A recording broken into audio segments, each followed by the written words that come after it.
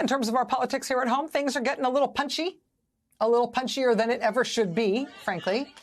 And we probably should have known to expect it.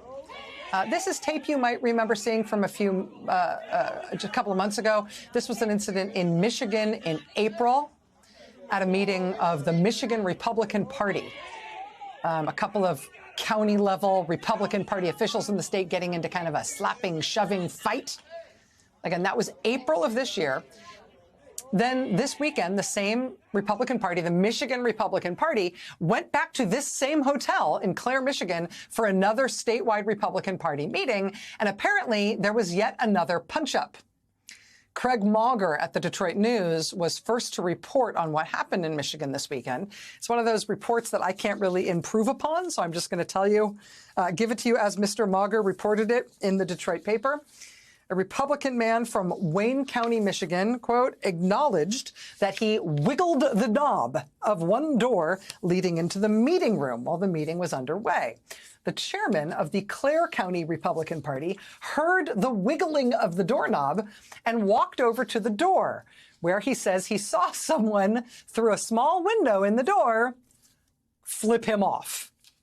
Quote, the Clare County Republican Party chairman then opened the door and says, quote, he kicked me in the balls as soon as I opened the door. The scuffle intensified. And long story short, the Clare County Republican Party chairman provided this account to the Detroit News in a phone interview from an emergency room in Clare, Michigan, an emergency room in which he says he was being treated for what was believed to be a broken rib. The man who did the alleged flipping off and then the alleged ball kicking of the other Republican official, he told the Detroit News that he took off his glasses before engaging in these fisticuffs, telling the Detroit News, quote, when you see me taking my glasses off, I'm ready to rock. Again, statewide Republican Party meeting in Michigan this weekend.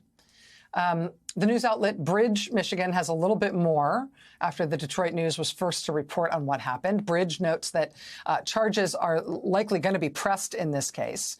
They also note that the man who did the alleged flipping off and the alleged ball kicking also has his own version of the story in which he says that he was not the aggressor.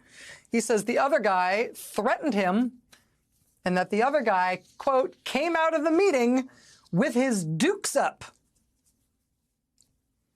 To say the least, this is not how anything in politics is supposed to go. But this is how it's going in Michigan Republican politics. 2 consecutive statewide Michigan Republican Party meetings, both at the same hotel in Clare, Michigan, both of which resulted in physical fights among Republicans who were there for the meeting.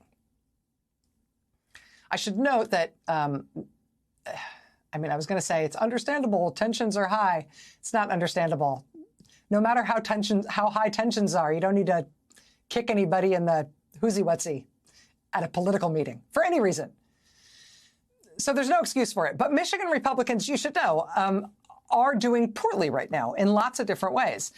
This is one of the state parties that was just convulsed by former Republican President Donald Trump demanding that Michigan Republicans should find a way to overthrow the election results in that state and declare him the winner in 2020, even though he lost in Michigan. The implications of that, the repercussions of that have been strange and are ongoing. The state does now have an election denier as its state chairwoman. Michigan Republican Party chairwoman says that Donald Trump's election claims should have resulted in Michigan throwing out the vote results and instead declaring him the winner. She also refused to acknowledge her own massive double-digit loss in a statewide race when she ran for Secretary of State recently.